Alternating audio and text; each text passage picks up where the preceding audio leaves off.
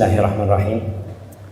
Yang saya hormati Ustaz Abdul Rahman, Ketua Majelis Ulama Indonesia Kabupaten Buleleng.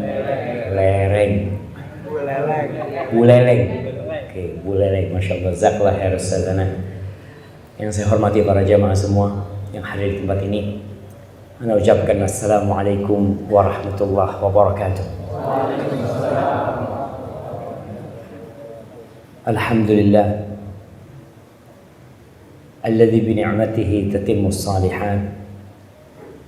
Segala puji bagi Allah Jalla Jalaluhu yang karena nikmatnya kebaikan-kebaikan menjadi sempurna. Kita sebagai hamba Allah hendaknya selalu mengingat bahwa setiap tarikan nafas yang kita lakukan itu adalah nikmat dari Allah Jalla Jalaluhu. Dan semuanya bisa sempurna karena Allah yang memberikannya kepada kita. Seorang hamba yang beriman tidak boleh sombong, tidak boleh merasa bahwa dia mendapatkan nikmat itu karena dia pantas mendapatkannya. Tidak. Dia mendapatkan nikmat itu karena Allah yang memberikannya. Allahumma salli wa sallim wa zid wa barik wa an'im ala sayyidina wa maulana Muhammadin wa ala alihi wa ashabihi ajma'in. Ya Allah, semoga salawatmu, salam berkah dan nikmatmu senantiasa kau curahkan untuk hamba kekasihmu, untuk baginda Nabi kita Muhammad alaihi salatu wassalam yang diutus sebagai rahmatan lil alamin. Dan kita yang mengaku menjadi umatnya Nabi Muhammad sallallahu alaihi wasallam, kita harus menunjukkan rahmat itu kepada umat manusia. Apalagi antum di Pulau Bali, di tempat yang mungkin umat Islam minoritas, sehingga di sini kewajiban antum untuk menunjukkan al-akhlaq al-islamiyah, untuk menunjukkan bentuk-bentuk rahmat Rasulullah sallallahu alaihi wasallam, karena beliau rahmatnya bukan hanya untuk umat Islam, tapi rahmat yang dihadiahkan oleh Allah kepada kita adalah lil alamin, untuk alam semesta ini. Maka semoga selawat senantiasa tercurahkan untuk beliau, untuk istri-istri beliau. Para wanita hendaklah meneladani istri-istri Nabi SAW. Mereka adalah istri-istri yang qanaah, yang menerima. Suaminya miskin. Nah, Rasulullah SAW hidup serba kekurangan. Di awal sebelum tahun 7 Hijriah beliau sangat kekurangan. Seringkali beliau berpuasa karena tidak ada makanan di rumah. Maka hendaklah kita meneladani istri-istri Nabi, meneladani putra-putri Nabi, meneladani para sahabat Nabi yang terutama Abu Bakar As-Siddiq, Umar bin Khattab, Uthman bin Affan dan Ali bin Abi Thalib. Semoga Allah meridhai kita bersama mereka. Amma ba'd. Malam ini, tepatnya malam Senin, tanggal 16 Syawal. Betul jemaah? Tanggal berapa? Tanggal 16. Tanggal berapa? 15. Tadi sebelum maghrib tanggal 15. Setelah matahari tenggelam tanggal 16. Karena kalender Islam bermula dengan tenggelamnya matahari, dengan munculnya hilal, bukan dengan jam 12 malam. 16 hari kira-kira kita meninggalkan bulan Ramadan. Apakah madrasatut taqwa selama sebulan penuh di bulan Ramadan kita sudah merasakan hasil? Setelah sebulan seperti sebuah pisau yang diasah sebulan penuh, maka insya Allah itu pisau akan sangat tajam. Begitu pula orang-orang yang beriman, yang berpuasa di bulan Ramadan, yang kata Allah la'allakum tattaqun. Rasulullah sallallahu alaihi wasallam pernah naik mimbarnya di Masjid Nabawi. Beliau mengatakan amin 3 kali. Amin, amin, amin. Para sahabat bingung. Mereka mendengar amin, tapi tidak mengetahui apa yang diaminkan. Maka para sahabat mengatakan, ya Rasulullah, lamma raqaita al-mimbar, kita dengar kau mengatakan amin, amin. Apa yang kau aminkan? Kata Nabi alaihi salatu wassalam, lamma raqaitu ad-darajal ula, ketika aku naik ke anak tangga pertama. Anak tangga mimbarnya Nabi ada berapa? Ada 3. Ja'ani Jibril. Jibril datang kepadaku. Faqala syaqiyun abdun adraka Ramadan thumma salakha minhu falam yughfar lahu. Celaka, melarat, sengsara hidup seorang hamba yang dia merasakan bulan Ramadan. Antum tahu pahala Ramadan jemaah? Allah. Antum ingat dengan kisahnya Talha bin Ubaidillah yang dia mendapati 2 orang yang masuk Islam bersamaan, yang satu lebih semangat beribadah, yang satu biasa-biasa aja, yang lebih semangat beribadah akhirnya berjihad di jalan Allah, meninggal dunia. Yang satu hidup setahun umurnya, tambah 1 tahun. Dia meninggal di atas ranjangnya, tidak meninggal di medan jihad. Talha bin Ubaidillah bermimpi dia di pintu surga bersama 2 orang itu. Tahu-tahu ada orang yang masuk, yang keluar dari surga, menyuruh masuk orang yang matinya terlambat 1 tahun, bukan yang mati syahid, suruh masuk. Talha heran. Lalu keluar lagi tuh dari dalam surga, memanggil orang yang mati syahid. Lalu masuk. Dan terakhir dia keluar lagi mengatakan, amma anta, kalau kau belum, waktunya belum, kau pulang dulu. Bangun Talha bin Ubaidillah. Ana ingin menekankan bagaimana fadilah menghadapi bulan Ramadan dan mendapatkan Ramadan. Akhirnya Talha cerita keheranan, kok bisa ya yang mati syahid masuk surganya terlambat. Akhirnya para sahabat pun pada keheranan, karena yang mereka ketahui pahala mati syahid, Allahu Akbar, wa dzirwatu sanamihi al-jihadu fi sabilillah. Puncak dari ajaran Islam adalah jihad fi sabilillah. Gimana orang yang mati syahid, mati di medan perang kok masuk surganya terlambat dibandingkan yang mati di atas ranjangnya? Lalu mereka menjumpai Nabi SAW. Nabi mengatakan kepada mereka, mimma ta'jabun, apa yang menyebabkan kalian keheranan? Qalu ya Rasulullah, tuh yang satu semangat beribadah mati di medan perang, tapi masuk surganya kedahuluan sama yang mati setelahnya, padahal mati biasa. Oh, kata Nabi SAW, alaysa asha ba'dahu sanah, bukankah orang itu umurnya ditambah 1 tahun? Iya, masuk Islamnya bareng, tapi matinya yang terlambat. Fa shalla kadza wa kadza, dan dia sholat berapa rakaat dalam 1 tahun. Tsumma adraka Ramadan, dan dia mendapati bulan Ramadan. Iya ya Rasulullah sallallahu alaihi wasallam. Lalu Nabi menjelaskan, fa inna bainahuma, di antara 2 orang ini derajatnya, perbedaannya di surga itu ma bainas sama'i wal ardh, antara langit dan bumi. Bayangkan. Makanya celaka orang yang hidup di bulan Ramadan, selesai Ramadan, masuk ke bulan Syawal, dosa-dosanya belum diampuni. Terus ngapain kau selama Ramadan?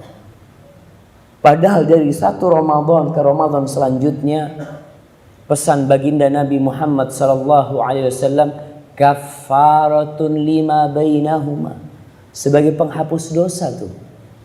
Tapi kenapa orang ini tidak diampuni dosanya? Nabi mengatakan amin. Lalu Jibril mengatakan syaqiyun abdun adraka walidayhi au ahadahuma falam yudkhilahul jannah. Celaka seorang hamba yang mendapati kedua orang tuanya masih hidup atau salah satu di antara keduanya, tapi ternyata dia tidak masuk surga. Jamaah, kalau ada tikus mati di lumbung padi, antum heran apa tidak heran? Tidak heran Ustaz kalau mati kekenyangan, tapi dia mati kelaparan. Ini sangat mengherankan. Dan seorang anak yang mendapati kedua orang tuanya masih hidup atau salah satu, lalu nggak masuk surga, ini celaka nih anaknya. Kenapa? Tiket masuk surga ada di depan dia, tinggal dia ambil, dia berangkat masuk surga. Tapi dia tinggal tuh tiket. Maka Nabi mengatakan amin, semoga celaka dia. Lalu yang ketiga, aminku yang ketiga, Jibril mengatakan syaqiyun abdun dzukirta indahu falam yusalli alaika. Celaka seorang hamba, celaka seorang hamba yang dirimu disebut di hadapan dia. Namamu, nama Nabi Muhammad SAW disebutkan di depan dia, lalu dia tidak bersolawat kepadamu. Antum jamaah semuanya celaka kalau tidak bersolawat kepada Nabi SAW. Nabi kita Muhammad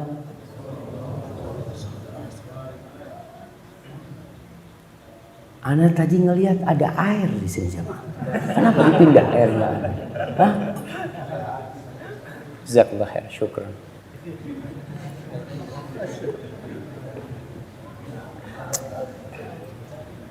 Alhamdulillah. Ingat tuh 3 kecelakaan kalau kita termasuk salah satu di antara yang ketiga itu celaka.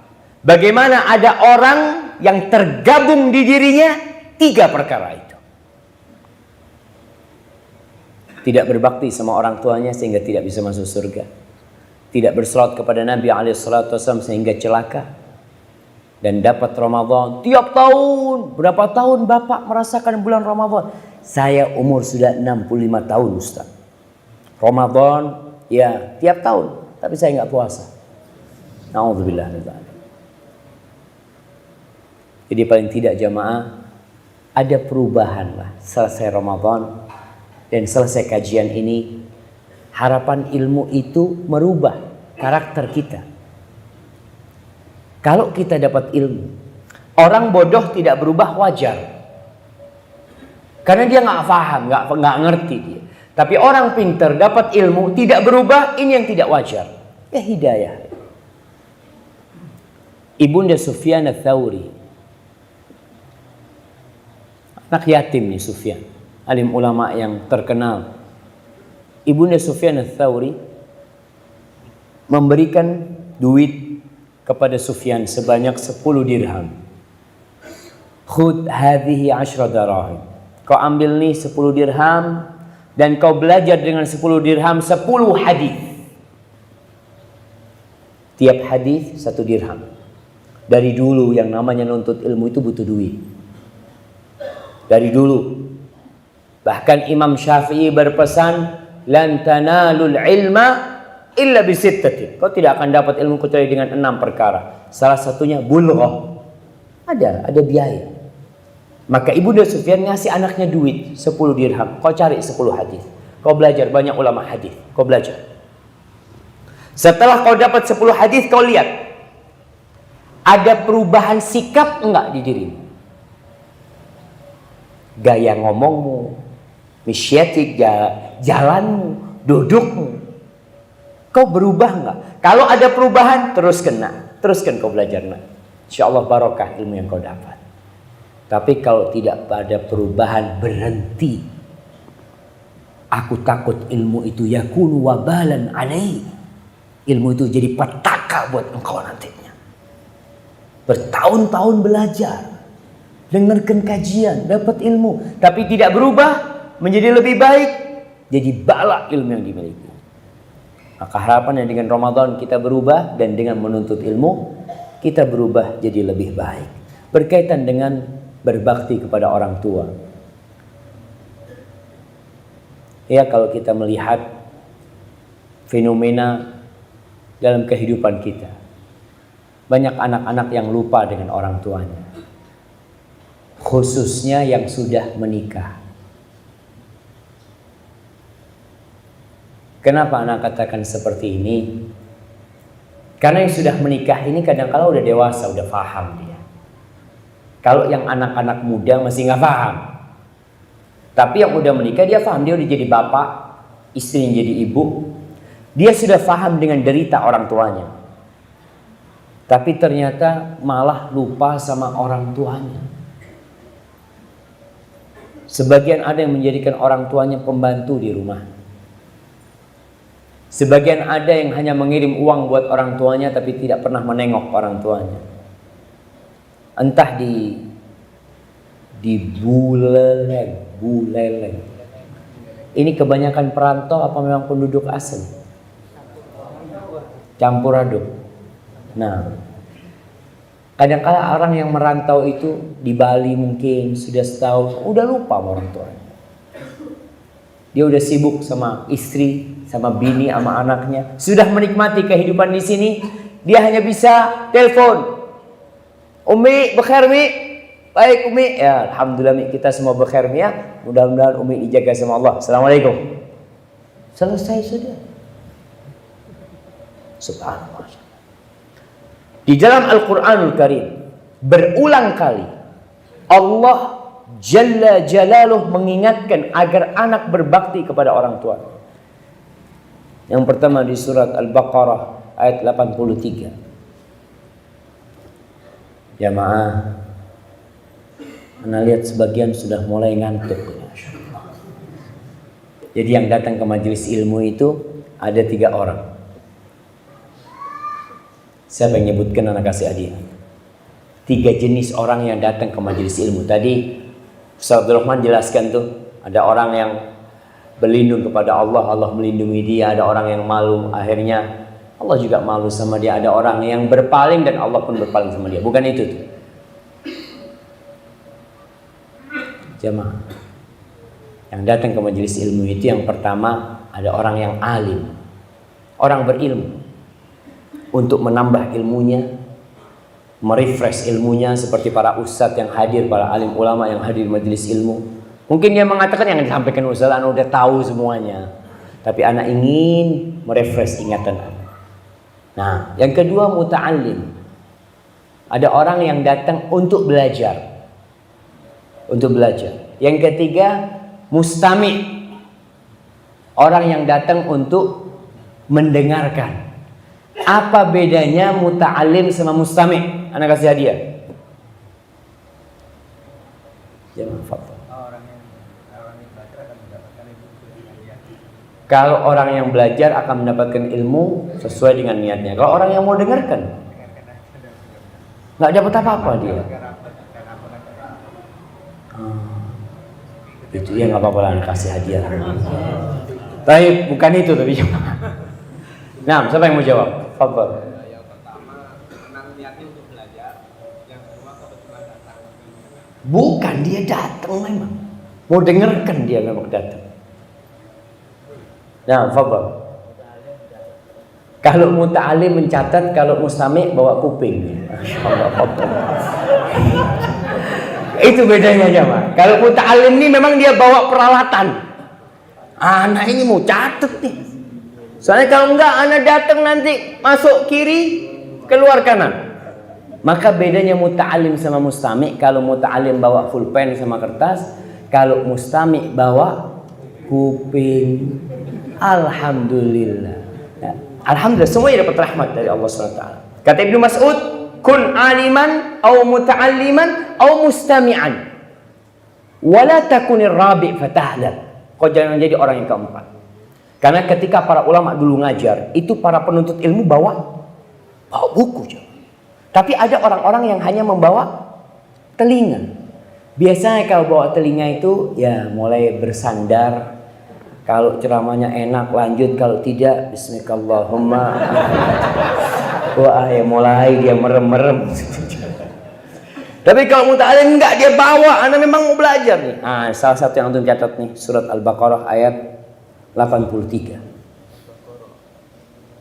Allah mengatakan wa id akhadna mitsaqa bani Israil la ta'buduna illallah wa bil walidaini ihsana.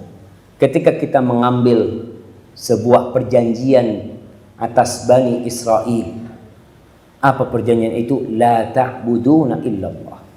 Kalian jangan beribadah kecuali kepada Allah. Tauhid. Jangan minta sama siapa-siapa. Jangan memohon kepada siapa-siapa kecuali kepada Allah. Wabil walidaini ihsana. Dan Allah mengambil perjanjian setelah tauhid adalah berbakti kepada kedua orang tua. Setelah itu wadzil qurba wal yatama wal masakin. Berbuat baik kepada kerabat, anak yatim, anak miskin. Sebagian orang dibalik. Dia Masya Allah sama anak yatim demen banget. Bikin acara bagi-bagi sama anak yatim. Tapi sama orang tuanya tidak. Kau seharusnya sama orang tua. Ingat ketika seorang sahabat datang menjumpai Nabi SAW. Ya Rasulullah, man ahaqqun nas bihusni suhbati au sahabati. Wahai Rasulullah sallallahu alaihi wasallam, siapakah manusia yang paling berhak mendapatkan kebaktianku? Yang paling berhak mendapatkan pertemananku? Yang paling berhak mendapatkan kebaikan aku? Kalau aku punya satu senyum, siapa yang paling berhak mendapatkan senyumku itu? Kalau aku hanya memiliki satu hadiah, siapakah orang yang paling berhak mendapatkan hadiahku? Kalau aku hanya memiliki satu waktu dalam sepekan untuk duduk bersama dia, siapakah orang yang berhak mendapatkan waktuku itu? Siapa ya Rasulullah? Apa kata Nabi SAW? Ummah, ibumu. Qultu thumma man? Lalu siapa ya Rasulullah? Ummah. Lalu ibumu. Qultu thumma man? Qal ummat. Ibumu, kata Nabi SAW. Qultu thumma man? Thumma abu. Setelah itu baru bapak. Thumma al-adna fal-adna. Lalu yang dekat, yang lain. Orang kan dalam kehidupan ini memiliki banyak hubungan. Dia punya sohib, dia punya paman, dia punya kerabat, dia punya adik, dia punya kakak, dia punya tetangga, dia punya guru, dia punya ustadz. Di antara semua manusia itu, orang yang paling berhak mendapatkan waktu kita, mendapatkan kebaikan kita itu orang tua kita, ibu kita. Terus terang, ada anak-anak ya Allah, ya, anak masih ingat di Jakarta. Ada seorang anak, dia hidup satu kampung sama ibunya, satu kompleks. Anak nginep di rumah dia. Anak tanya sama dia, bang, abang, anak dibawa ke rumah ibunya, abang ke rumahnya mama ini tiap hari bang? Enggak Ustaz, sibuk Ustaz, sepekan sekali. Subhanallah. Dia mungkin bisa duduk sama sohibnya. Ada orang yang Masya Allah senang duduk sama temennya, ngundang temennya, tapi duduk sama orang tuanya sebentar udah bosan. Kau tidak tahu bagaimana orang tuamu tatkala engkau kecil, dia menemanimu dalam semua hal. Ketika nangis kau minta dibelikan ini, dibelikan sama orang tua. Ketika bermain duduk di sampingnya orang tua. Kau digendong kemana-mana. Dan ana setelah menjadi orang tua, ana lihat ya peran seorang ibu ya. Allahu Akbar. Ketika si kecil nangis di malam hari itu, ibu bangun digendong sama dia. Dalam kondisi dia ngantuk. Keliling dia ke belakang, kemana. Ya kalau anaknya panas ya, dia lakukan segala hal. Bahkan seorang ibu khususnya, dia siap mempertaruhkan nyawanya demi anaknya. Ini perintah Allah. Kita ini Seharusnya faham jamaah.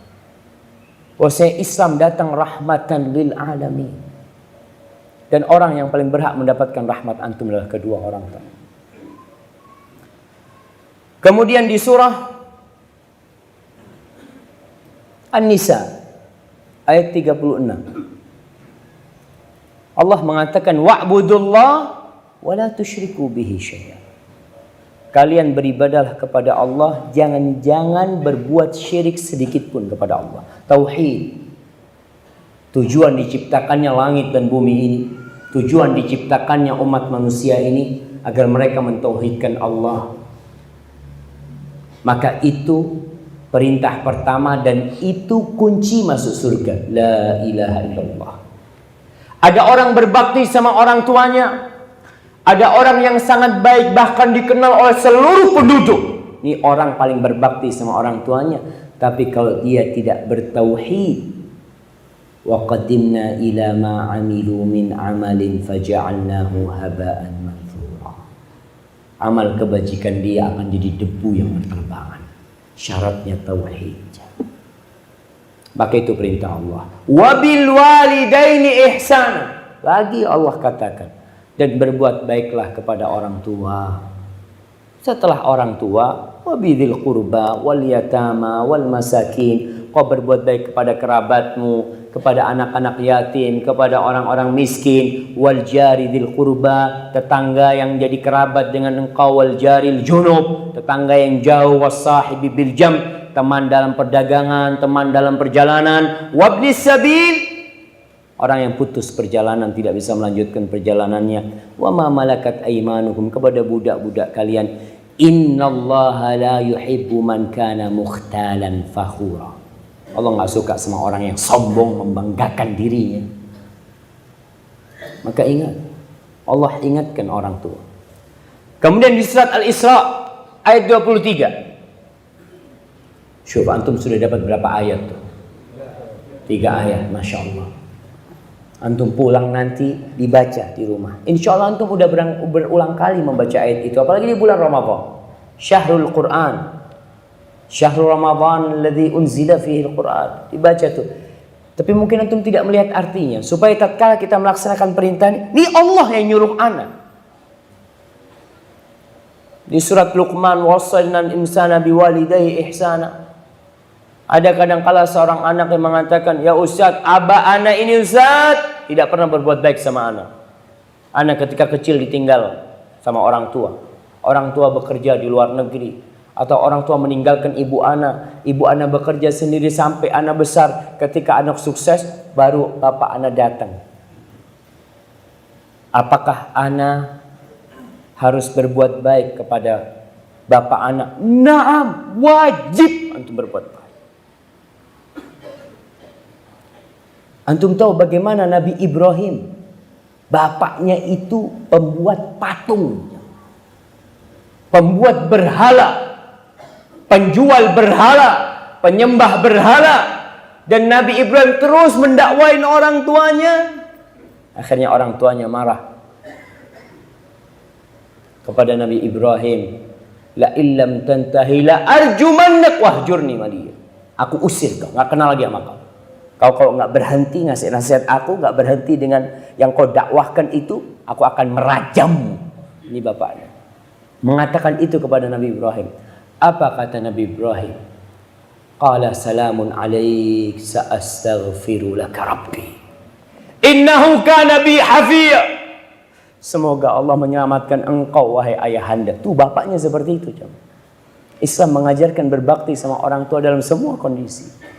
Jadi kalau ada anak yang merasa orang tuanya kok mau ngambil manfaat aja Ustaz, setelah anak sukses dia datang, dia tetap bapakmu. Kau bisa hidup, kau ada di dunia karena sebab ada bapakmu. Walaupun bapakmu zalim, walaupun bapakmu kafir, tetap wasahibhuma fid dunya ma'rufah. Di surat Al-Isra ayat 23. Apa kata Allah?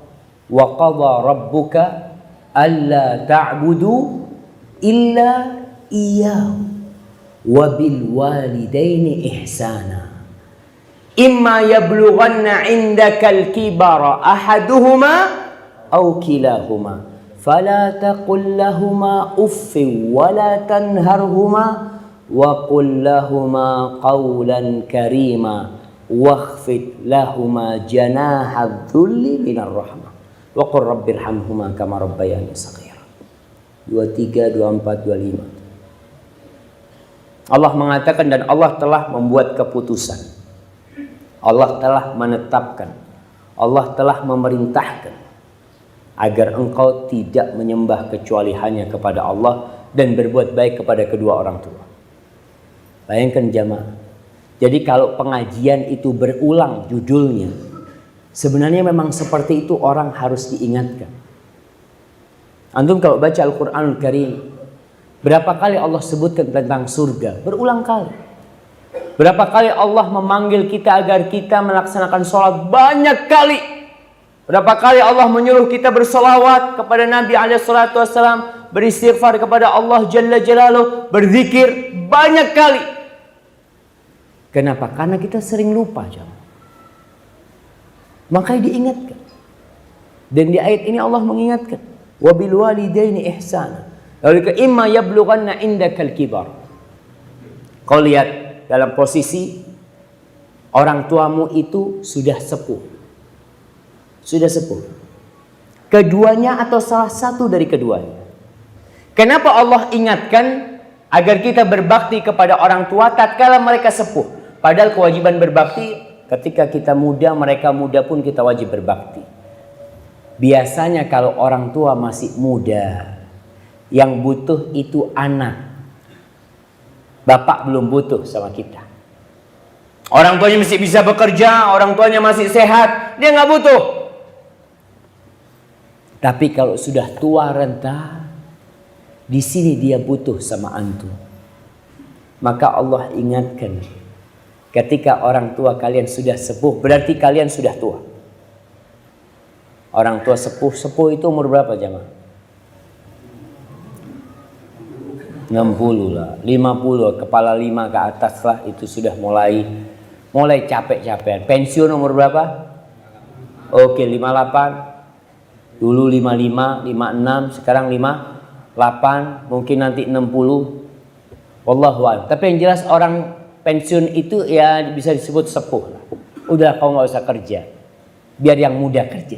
Pada saat inilah anak memiliki kewajiban berbakti yang lebih. Kata Allah, ketika orang tuamu sepuh, 2 atau 1.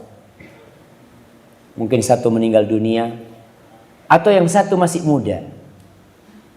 Karena kadang-kala bapak kita, Masya Allah, baru menikah umur 35 tahun.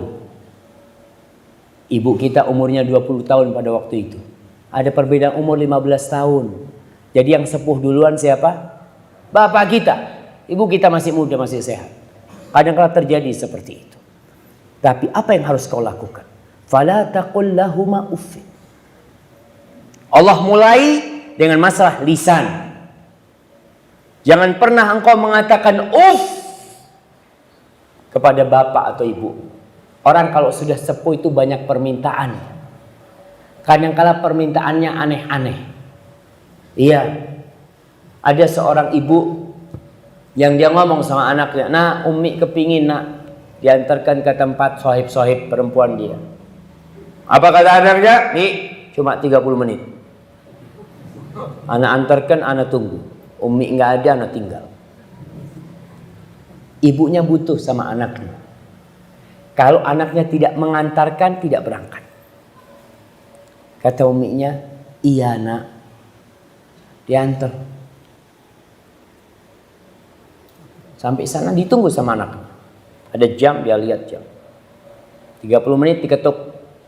Mungkin di dalam ya uminya lagi seneng-seneng ketemu sama sohibnya, macam-macam, gak dengar. Anaknya pulang, ditinggalkan ibunya. Dapat berapa waktu ada telepon ke rumah itu, disebutkan kalau anaknya sudah tabrakan dan mati. Hati-hati jemaah. Fala taqul lahuma uff. Kalau ada ucapan yang lebih rendah dari uff, akan Allah sebutkan. Kalau mengatakan itu ucapan yang paling rendah, yang menyakitin hati orang tua. Kadang-kala anak dipanggil, nak, ibu kepingin ini nak. Ya. Iya dengan intonasi yang tidak mengenakkan. Wala tanharhuma. Jangan menghardik keduanya. Kalau yang pertama ucapan, yang kedua ini kadangkala tindakan. Tangan. Aduh, enggak. Kadangkala tangannya seperti ini kepada orang tuanya. Na'udzubillahi min dzalik. Itu adalah kedurhakaan, jemaah. Durhaka. Wa qul lahuma qaulan karima. Ucapkan untuk keduanya ucapan yang mulia. Kau kalau mau ngomong sama orang tua, pilih kata-katamu. Kau mau ngomong apa sama orang tua? Aku takut nyakitin hati ibuku. Ada seorang anak Abu Hurairah atau siapa yang tidak pernah, atau salah satu dari ulama salaf yang tidak pernah makan sama ibunya. Dia makan satu meja sama ibunya nggak pernah. Dia biarkan ibunya makan dulu baru dia makan. Ditanya, kenapa kau tidak melakukan itu? Iya, aku takut aku makan, ibuku kepingin sesuatu, aku ambil sesuatu itu. Nggak mungkin ibu itu ngomong, jemaah. Kalau hatinya yang diminta sama anaknya dikasihkan sama ibunya. Si anak ingin berbakti sama ibunya. Umi makan sudah. Setelah uminya makan, sisa itu baru dimakan oleh anak. Takut dia durhaka sama orang tua. Ada seorang alim ulama, Masya Allah. Kalau nggak salah Roja bin Haywa. Lagi ngisi pengajian, ibunya datang. Muridnya ini banyak, coba. Ibunya datang mengatakan, "Qum ya Haywa, fa'at imid dajjal." Haywa, bangun, ayamnya belum kau kasih makan. Bayangkan. Kira-kira kalau ada seorang ustadz duduk di sini kemudian dipanggil ibunya, Syafiq, itu ayamnya belum kau kasih makan. Ya, Mi, nanti insya Allah habis kajian. Ini Haywa langsung bangun, berangkat. Dia laksanakan perintah ibunya. Bayangkan perintah orang tua ini. Kau sedang sholat sunnah, dipanggil sama ibumu, kau putus sholat sunnah. Sholat kau ini, Allahu Akbar. Alhamdulillahi Rabbil Alamin. Fulan. Berhenti sholat. Para ulama mengatakan boleh memutuskan sholat sunnah karena menjawab panggilan orang tua itu wajib. Maka perhatikan, kita nggak main-main sama orang tua kita. Wa qul lahuma qawlan karima wakhfid lahuma janaha dzulli minar rahmah. Engkau rendahkan untuk keduanya sayap kerendahan yang penuh dengan rahmat, penuh dengan kasih sayang buat kedua orang tuamu. Kau mau diinjak-injak, mau diapakan, terserah orang tua. Ingat seorang anak yang melaporkan bapaknya kepada Rasul sallallahu alaihi wasallam. Anak mengadukan bapaknya. Dia mengatakan, "Ya Rasulullah, inna abi akhadamani." Bapakku ini ngambil hartaku. Oh gitu. Bapakmu ngambil hartamu? Iya Rasulullah. Panggil bapaknya.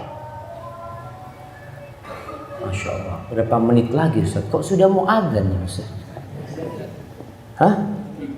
7 menit lagi? Siap. Ana izin minum dulu jamaah.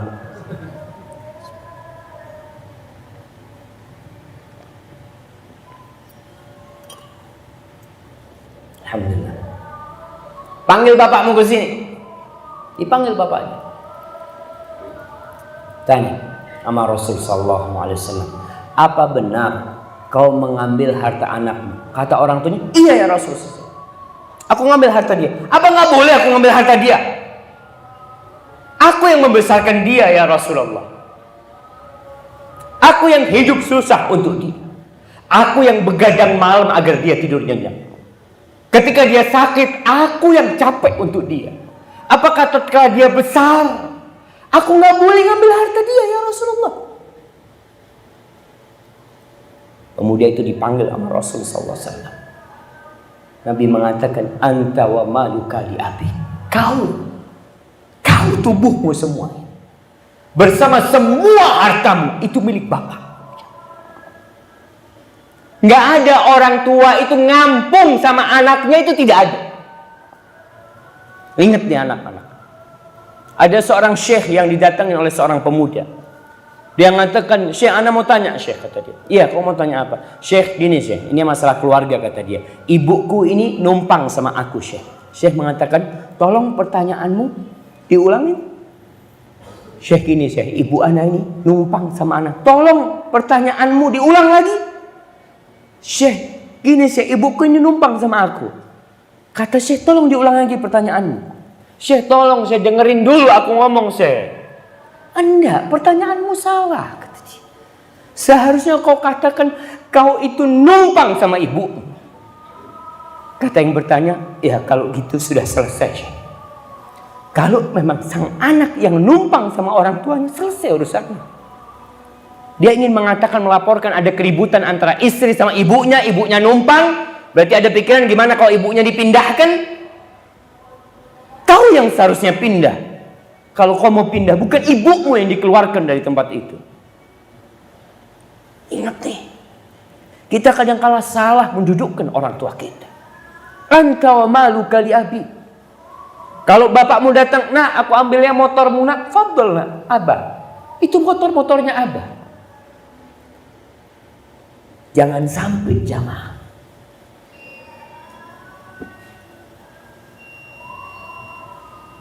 Adzan Ustaz.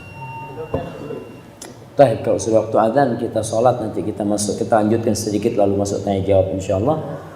Sallallahu ala nabiyina Muhammadin wa ala alihi washabbihi wasallam. Assalamualaikum warahmatullahi wabarakatuh. Alhamdulillah, segala puji bagi Allah. Wassalatu wassalamu ala Rasulillah, dan salat serta salam semoga tercurahkan untuk Rasulullah sallallahu alaihi wasallam. Amma ba'd, haibati fillah. Melanjutkan kajian kita tentang berbakti kepada orang tua selama keduanya masih hidup, mumpung masih ada keduanya. Dan ketahuilah bahwa berbakti kepada orang tua, sebagaimana ayat-ayat yang kita bacakan tadi, memiliki kedudukan yang sangat tinggi di sisi Allah Jalla Jalaluhu. Bahkan menjadi kewajiban kedua setelah bertauhid, itu berbakti kepada orang tua. Kalau kita melihat bagaimana Nabi menanamkan tentang berbakti kepada kedua orang tua di dalam banyak hadis, Muawiyah As-Sulami mengatakan, Ataitun Nabiyya sallallahu alaihi wasallam, aku mendatangi Nabi alaihi salatu wassalam, faqultu ya Rasulullah, inni uridul jihad fi sabilillah. Wahai Rasulullah, aku ingin berjihad di jalan Allah. Artinya dia ingin surga Allah. Nabi tidak bertanya kepada dia, apa persiapanmu? Apakah kau sudah latihan tiap hari? Apakah kau pernah berperang sebelumnya? Apa yang engkau miliki? Nabi tidak bertanya itu. Malahan Nabi bertanya, a ummuka hayya? Ibumu masih hidup? Mau jihad, yang ditanya ibumu masih hidup. Qultu na'am.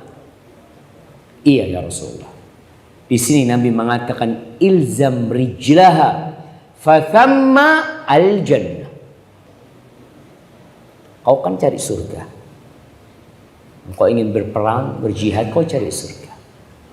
Engkau terus-terusan berada di kaki ibu. Di situ tuh surga. Bayangkan nih orang mau berjihad. Ada yang lainnya juga mau berjihad dan mau berhijrah.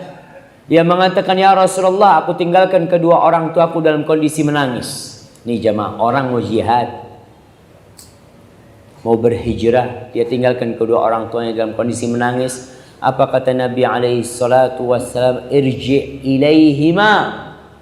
Kau pulang kepada keduanya, fa'adhikhum. Bikin mereka tersenyum, tertawa sebenarnya engkau telah membuat keduanya menangis. Itu mau jihad. Apalagi cuma mau nuntut ilmu. Apalagi cuma mau bekerja cari dunia. Sebagian anak, Masya Allah, kerja di Jakarta. Ibunya di sini ngatakan, nak, jangan nak. Nggak bisa bu, aku mau ke Jakarta. Ibunya ngomong jangan, kau tetap berangkat, durhaka kau sama orang tua. Dan kalau ibuku mengatakan nak pulang, pulang. Jangan kau mengatakan Ustaz, anak, punya istri, gimana makan mereka? Allah yang kasih makan mereka. Kau punya kewajiban berbakti sama kedua orang tuamu sebelum kau berbuat baik sama anak dan istri. Tapi subhanallah, orang tua ini apalagi ibu ya, kadangkala dia membiarkan anaknya. Anaknya memaksa mau berangkat kerja, ibunya ngomong jangan nak, besok anaknya lagi memaksa ini itu. Akhirnya ibunya dengan sakit hati, ya udahlah kau berangkatlah. Jangan sampai kau menyakiti kedua orang tua. Dan kita tidak akan pernah bisa membalas budi kedua orang tua kita. Abdullah bin Umar bin Khattab radhiyallahu taala anhu, dia pernah mendapati orang menggendong ibunya. Kalau sekarang orang umroh, orang haji pakai kursi roda, dulu nggak ada kursi roda, yang ada digendong. Ana masih melihat ketika di tahun 1419 ketika kita di Madinah dan berangkat umroh, itu kalau ada perempuan atau lelaki yang tua renta tidak bisa tawaf, itu ditandu aja. Ditandu di kepala. Orang 4 yang nandu. Untuk tawaf, untuk sa'i. Belum kursi roda, belum waktu itu. Sekarang udah pakai kursi roda. Ini orang dikatakan dari Yaman gendong ibunya untuk berangkat haji. Dia tawaf, dia ketemu sama Abdullah bin Umar bin Khattab. Dia melantunkan bait-bait syair mengatakan, inni ana ba'iruhal mudhallal in udhirat rikabuha lam udhar. Lalu dia mengatakan kepada Abdullah bin Umar bin Khattab, aturani jazaituha, apakah menurutmu aku sudah membalas budi ibuku? Aku bawa dari Yaman, aku gendong, dan aku adalah kendaraan dia. Kalau onta-onta itu dikagetin pada kaget, aku tidak pernah kaget untuk menyenangkan ibuku. Kira-kira aku sudah membalas budi ibuku belum? Apa kata Abdullah bin Umar? La wala zafratun min zafaratiha. Tarikan nafas ketika dia mengeluarkan engkau dari perutnya, itu satu belum kau balas. Satu belum kau balas. Apalagi yang lainnya. Ada lagi seorang yang datang kepada Umar bin Khattab radhiyallahu taala anhu mengatakan bahwasanya dia ini ngurusin ibunya. Ibunya sudah di atas ranjang, tidak bisa berbuat apa-apa. Aku yang membersihkan dia. Wa asrifu wajhi anha. Dia bersihkan ibunya kalau buang kotoran apa, dan dia palingkan wajahnya. Karena nggak ada orang lain yang merawat ibunya, dia yang merawat ibunya.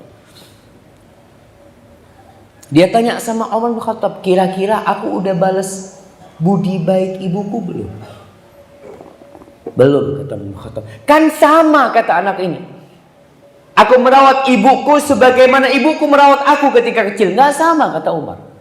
Dulu ibumu ketika merawat engkau kecil, ibumu berharap kau panjang umur. Tapi kau sekarang merawat ibumu dalam kondisi tua, kau berharap ibumu cepat mati. Karena anak udah capek ngerawat ibu. Ibu juga tersiksa, kesian ibu macam-macam, padahal kau yang capek.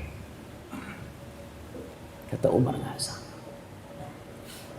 Anak pernah membaca, dan sampai hari anak lupa di mana anak baca. Ada buku Birrul Walidain kalau nggak salah. Cerita tentang 4 bersaudara. 4 bersaudara ini, bapaknya sudah meninggal, ibunya sudah tua, nggak bisa pindah-pindah rumah. Kan ada ibu yang pindah rumah, anaknya pertama, anak kedua, anak ketiga, capek ibunya. Akhirnya 4 orang ini musyawarah, ibu ini harus ikut 1 orang. Nggak bisa pindah-pindah kayak gitu, kasihan ibu. Kata kakaknya paling besar gini, yang merawat ibu nggak dapat warisan. Yang ngerawat ibu udah nggak dapat warisan. Adik-adiknya ngomong, masa kita udah capek ngerawat nggak dapat warisan lagi. Ini mau bikin kesepakatan mereka. Nggak ada yang mau adik-adik. Akhirnya kakaknya yang merawat. Kenapa kakaknya mengatakan itu? Karena kakak ingin merawat ibunya. Apa pantas seorang yang membawa kunci surga di rumahnya masih minta uang? Pantas dia masih minta dunia. Kunci surga dia bawa ke rumah. Pintu surga dia bawa ke rumah. Maka kita harus bangga, harus berbahagia tatkala bisa merawat orang tua kita. Kita bawa orang tua kita. Apa saja yang diminta kau berikan sama kau mampu. Dan berbakti kepada orang tua di dalam Islam tidak hanya ketika orang tua hidup. Bahkan ketika orang tua meninggal dunia kita wajib berbakti. Dengan senantiasa mendoakan kedua orang tua kita. Dengan senantiasa berbuat baik kepada kerabat-kerabat orang tua kita. Karena biasanya kalau orang tua meninggal banyak hubungan silaturahim yang terputuskan. Bapak meninggal, kita tidak lagi berkunjung ke rumah paman. Kita tidak lagi berkunjung ke rumah sepupu kita. Ya udah sibuk masing-masing. Padahal salah satu bentuk kebaktian anak yang paling mulia kepada orang tuanya adalah tatkala dia berbuat baik kepada orang-orang yang dicintai oleh orang tuanya. Kau cari teman-teman bapak, apalagi kerabat, apalagi bibi, paman yang disukai sama bapak kita seharusnya terus berbuat baik sama mereka. Abdullah bin Umar bin Khattab dalam satu perjalanan ke Mekah atau pulang dari Mekah, dia ketemu sama orang Badui. Akhirnya sama Abdullah bin Umar dibuka imamahnya, surbannya dibuka, diberikan kepada orang Badui itu, dan keledai yang biasa untuk ganti naik onta, kalau capek naik onta naik keledai, itu dihadiahkan kepada orang Badui itu. Akhirnya sahabat-sahabatnya mengatakan, Abah Abdurrahman, ini orang kau kasih 2 dirham udah seneng banget. Kok bisa kasih uang begitu banyaknya, harta begitu mahalnya buat dia? Apa kata Abdullah bin Umar? Inna hada, ini orang ini, kana abuhu sadiqan li abi. Bapaknya orang ini dulu temannya bapakku. Bapaknya aja, bukan orang itu temannya Umar bin Khattab, tapi bapak yang temannya Umar bin Khattab. Tapi Abdullah bin Umar melakukan itu karena dia mendengarkan Rasulullah sallallahu alaihi wasallam bersabda, "Inna min abarril birri silatur rajuli ahla wuddi abi." Termasuk puncak kebaktian seorang anak, dia terus berbuat baik kepada orang-orang yang dicintai oleh orang tua, oleh bapaknya. Hadza wallahu a'lam bissawab. Itu yang bisa kita kaji pada kesempatan kali ini. Semoga bermanfaat, membuat kita bisa berbakti sama orang tua. Ini pertanyaan udah banyak yang masuk. Panitia udah dibaca nih. Panitia dibaca yang berkesesuaian dengan. Coba ini juga.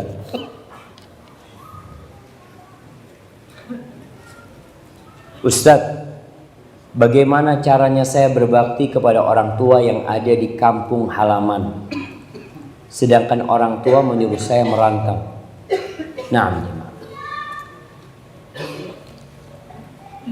ketika orang tua yang menyuruh, maka bentuk kebaktianmu kepada orang tua, kau merantau dan tidak berkhianat kepada orang tua. Apa tujuan orang tua menyuruhmu merantau? Agar paling tidak kau mendapatkan manfaat dari perantauanmu, baik berupa harta, berupa ilmu yang bermanfaat, amal soleh. Maka jangan sampai anak merantau dan berkhianat sama orang tuanya. Di sini dia tidur-tiduran, di sini dia tidak bekerja dengan baik, maka bekerjalah dengan baik. Ambillah manfaat dalam perantauanmu. Terus doakan kepada orang tuamu, kapan kau memiliki rezeki balik hanya untuk berjumpa dengan orang tuamu. Barakallahu fikum. Ustaz, apakah membantu orang tua dalam bentuk amal kepada orang tua disebut sebagai sedekah? Nah, di surat Al-Baqarah orang-orang bertanya, yas'alunaka madza yunfiqun. Mereka bertanya kepadamu tentang apa yang mereka infakkan dan kepada siapa mereka menginfakkan harta mereka. Apa kata Allah? Qul ma anfaqtum min khairin falil walidaini wal aqrabin. Katakan kepada mereka bahwa apa yang kalian infakkan dari harta kalian itu, maka yang paling berhak mendapatkannya siapa? Orang tua. Kedua orang tua, kerabat-kerabat kalian. Kau akan dapat 2 pahala. Pahala sedekah itu sendiri, yang kedua pahala silaturahim. Dan ketika engkau beramal, berbuat baik kepada orang tua, tentunya itu lebih mulia daripada kau berbuat kepada orang lain. Makanya jangan merasa kalau ngasih orang tua nggak dapat pahala. Pahalanya lebih besar daripada kau ngasih orang lain. Hadza wallahu a'lam bissawab. Ustaz, mana yang didahulukan? Apakah berbakti kepada orang tua atau menikah? Karena setahu ana berbakti kepada orang tua itu wajib hukumnya. Sedangkan menikah adalah sunnah. Mohon koreksi bila ana salah. Karena saat ini kebutuhan mendesak ana saat ini adalah berbakti kepada orang tua, namun ana ingin menikah. Pertama, tidak bertentangan pernikahan dengan berbakti sama orang tua. Maka ya antum harus belajar ketika menikah apa saja yang seharusnya antum lakukan menjadi seorang suami dan apa yang harus antum lakukan sebagai seorang anak. Cuma kalau antum mau menikah, ngomong sama orang tuanya. Ustaz udah ngomong sama orang tua, tapi nggak dikasih sama orang tua. Yang kau terus memohon, mendoakan orang tua, mengatakan ayah, ibu, anak kayaknya kalau nggak menikah takut berzina anak ibu.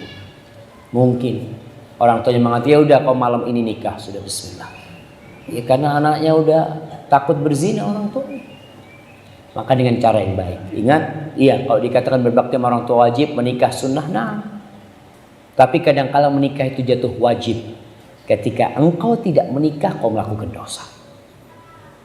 Maka perlu perhatian di sini agar kita tidak menganggap kedua perbuatan itu bertentangan. Tidak.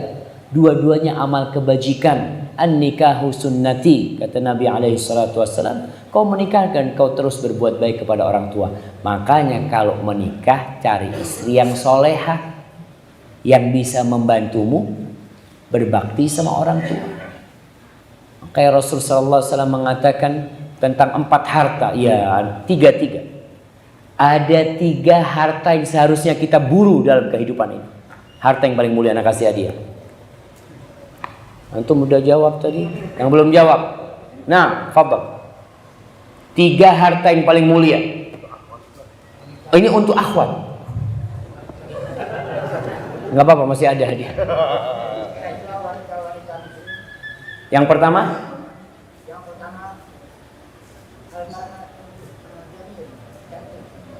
Istri yang cantik. Yang kedua? Keturunan. Yang ketiga? Ad-dinul Islam. Kayaknya kurang tepat jemaah.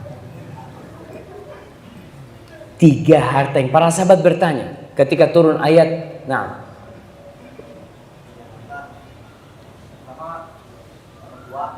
pertama orang tua, mertua, wanita soleha. Yang ketiga, nggak tahu. Lisan yang selalu berzikir. Nah, ini dengarkan. Lisan yang selalu berzikir. Istri solehah yang bisa membangunkan untuk mengajak kebaikan kepada suami. Istri yang senantiasa mengajak kepada kebaikan. Yang ketiga, berbakti kepada orang tua. Berbakti sama orang tua. Hati yang bersyukur. Udah dibantuin antum, nggak apa-apa hati yang bersyukur. Dah apa-apa. Nah, kata Nabi SAW ketika turun firman Allah, alladzina yaknizuna innal ladzina yaknizuna adh-dhahaba wal fiddata wa la yunfiqunaha fi sabilillah fabashshirhum bi'adzabin alim yauma yuhma 'alaiha fi nari jahannam, sampai akhir ayat itu. Para sahabat takut mengumpulkan harta. Ternyata harta yang ditumpuk, yang ditimbun akan menjadi setrika buat pemiliknya pada hari kiamat. Maka mereka bertanya, ya Rasulullah, lau alimna afdal amwal fanattakhidhu. Kalau kita tahu harta yang paling mulia, lalu kita akan kumpulkan. Kata Nabi sallallahu alaihi wasallam, afdaluhu lisanun dzakir wa qalbun syakir wa zaujatun mu'minatun tu'inuhu ala imanihi wa fi riwayatin wa zaujatun mu'minatun tu'inuhu ala amril akhirah. Itu 3. Lisan yang pandai berzikir, hati yang pandai bersyukur, dan istri yang membantu urusan akhirat, bukan istri yang bisa buka warung. Nah, cari istri yang bisa dapat fulus, Ustaz. 3 yang kau cari. Makanya kalau kau mau menikah, ya cari istri yang soleh, yang membantumu berbakti sama orang tua. Karena sebagian menantu itu lebih dicintai sama mertua daripada anak sendiri. Gara-gara tuh menantu baik, maka fadhal kau cari. Ustaz, apa yang harus ana lakukan jika suatu kesempatan sang anak ingin menghadiri majelis ilmu, sementara di saat yang sama si ibu ingin dan membutuhkan anaknya? Kau sama ibumu jemaah. Kau bisa nuntut ilmu di lain waktu, di waktu yang lain. Dan sekarang Masya Allah, dengan adanya kamera, dengan adanya media, kalau kau nggak bisa hadir sekarang, kau bisa belajar nanti. Alhamdulillah. Tapi berbakti sama orang tua, bayangkan sholat sunnah aja antum dipanggil sama ibu. Fulan, berhenti kau sholat, kau datengin ibu. Hadza wallahu a'lam bissawab. Ustaz, adakah doa ikhtiar khusus agar segera dipertemukan dengan jodoh? Antum nggak perlu dipertemukan, antum cari jodohnya. Bersamaan dengan safarnya Ustaz, tolong doakan ana. Kami, karena doa orang safar salah satu doa yang diijabahkan. Masya Allah. Mudah-mudahan antum cepat nikah dengan istri yang soleha. Dan semua yang belum nikah, barakallahu fikum. Insyaallah tuh doanya diaminkan sama semua. Terus gimana kalau yang sudah punya istri mengaminkan juga, Ustaz? Masya Allah. Berarti tambah nih. Masya Allah. Hati-hati antum. Maaf. Nah. Barakallah. Ustaz, ana mau tanya Afan sebelumnya pertanyaan di luar tema. Gimana kok lolos? Bagaimana caranya mendapatkan kekayaan? Ya, dengan taat pada agama. Sedangkan zaman sekarang banyak pekerjaan yang cuek pada sholat. Dan apa saja amalan yang harus diistiqomahkan untuk mencari rezeki yang barokah dan bisa membuat kaya? Jamaah, kekayaan itu nggak apa-apa. Nabi SAW mengatakan la ba'sa bil ghina liman ittaqa. Kekayaan itu nggak apa-apa buat orang yang bertakwa. Orang kaya nggak bertakwa, duitnya buat apa? Buat berzina, duitnya buat minum-minuman, duitnya buat melakukan kemaksiatan. Kalau kekayaan tidak dengan ketakwaan, makanya la ba'sa bil ghina liman ittaqa. Lalu Nabi mengatakan walakinna sihhata khairun minal ghina liman ittaqa. Akan tetapi kesehatan itu lebih baik buat orang yang bertakwa daripada harta. Antum tuh punya badan sehat, mau dihargain 1 miliar. Yang bertanya mana nih? Baik. Yang bertanya kalau mamanya, oke, kau dikasih uang 1 triliun, tapi kau stroke nggak bisa apa-apa di atas ranjang, mau? 1 triliun Ustaz. Buat apa Ustaz ya kalau ada kena stroke? Gak ada gunanya. Antum kadang-kadang lihat orang pakai mobil mewah, Masya Allah. Mobil yang tipis itu, yang bisa terbuka kapnya. Antum melihat ada orang datang, Masya Allah, Masya Allah. Kapan anda punya kayak gini ya? Tahu-tahu yang keluar kakinya putus 1, pincang. Antum mau pincang naik mobil itu? Mau? Apa antum nggak Ustaz Ahsan punya kaki Ustaz, nggak apa-apa sudah nggak punya mobil, yang penting 2 kakinya sehat. Itu kata Nabi SAW. Sehat itu lebih baik daripada kekayaan. Antum mau minta kekayaan boleh, tafadhal. Bahkan Nabi mengajarkan kita tiap pagi berdoa mengatakan Allahumma inni as'aluka ilman nafi'an wa rizqan thayyiban wa amalan mutaqabbalah. Tuh dawamkan tuh amalan itu. Tiap pagi sebelum matahari terbit kau baca Allahumma inni as'aluka ilman nafi'an, ilmu yang bermanfaat ya Allah, Tuh, takut kalau dikasih rizki tapi nggak punya ilmu, jadi mudarat. Wa rizqan thayyiban, minta rizki yang thayyib, yang halal, dan minta amalan yang diterima. Nabi juga mengajarkan doa, Allahumma inni as'alukal huda wat tuqa wal afafa wal ghina. Ya Allah, aku minta kepadamu petunjuk. Masya Allah, jemaah udah cukup jemaah. Ana udah mulai goyang nih jemaah. Nah, minta huda wat tuqa wal afafa wal ghina, dan minta kekayaan, tafadhal. Kemudian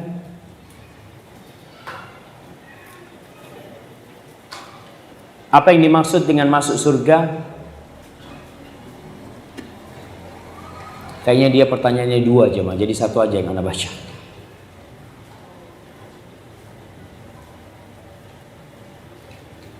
Ustaz, saya kan mau menikah, tapi saya bingung dalam hal musik. Mau saya tidak memakai musik, tapi dari pihak keluarga ingin memakai musik. Mohon solusinya Ustaz. Tapi berkaitan dengan pernikahan jemaah, Rasulullah SAW mengatakan a'linun nikah itu, umumkan pernikahan kalian dengan rebana. Atau kama qala Nabi SAW. Jadi duf rebana itu disunnahkan. Ingat, disunnahkan agar ada ketika pernikahan dan hari raya. Jadi ketika pernikahan ada nasyid-nasyid yang pakai duf. Jadi pakai rebana. Itu dipakai anak-anak kalau mereka bisa nyanyi, bisa apa, pakai rebana boleh. Bahkan itu dianjurkan sama Nabi SAW. Jangan antum pernikahan yang disetel Al-Quranul Karim. Tidak tepat. Karena ini lagi senang-senang. Maka disuruh pakai duf. Atau tadi dikatakan dangdutan. Na'udzubillah jamaah. Sebagian orang, di Jember ini ada iklannya besar. Pernikahannya fulan-fulan, ngundang penyanyi ini, ngundang penari ular, ngundang ini macam-macam. Na'udzubillah min dzalik. Itu dengan pakaian yang mininya, biduan-biduan wanita ya. Itu anak kecil pada nontonin. Siapa yang tanggung jawab itu jemaah? Tolong, pernikahan itu kan mencari ridha Allah. Biasanya ditulis mohon doa restu. Kau minta doa, tapi kau melakukan sesuatu yang Allah murkahi. Gimana itu terjadi? Kau lihat bagaimana Nabi menikah. Bagaimana putri-putrinya dinikahkan sama Nabi SAW. Bagaimana Aisyah ketika mendatangin pernikahan. Itu ada semua syariatnya. Tinggal kita pelajarin. Kita kan nggak mau belajar. Banyak di antara kita emang, ya udah Ustaz, biasanya kayak gini. Belajar jamaah. Kenapa? Karena satu-satunya hal yang diminta tambahan oleh Nabi SAW cuma ilmu. Wa qul rabbi zidni ilmu. Minta tambahan ilmu agar kita faham. Dengan ilmu kau faham mana yang halal, mana yang haram, mana yang boleh dan mana yang tidak boleh. Hadza wallahu a'lam bishawab. Ana mohon maaf jemaah. Ana juga kuatnya cuma sampai sini. Apabila yang ana sampaikan benar itu dari Allah Jalla Jalaluh, kalau ada yang salah dan kurang berkenan itu dari diri ana pribadi, Allah dan Rasulnya terbebaskan dari kesalahan itu. Ana terima kasih banyak kepada semua yang berperan atas terlaksananya kajian kita pada malam ini, khususnya mungkin MUI Kabupaten Buleleng dan Takmir Masjid Jami dan teman-teman dari Bali Mengaji. Semoga apa yang telah antum lakukan diterima oleh Allah Subhanahu wa taala. Subhanakallahumma wa bihamdika asyhadu an la ilaha illa anta astaghfiruka wa atubu ilaik. Wassalamualaikum warahmatullahi wabarakatuh.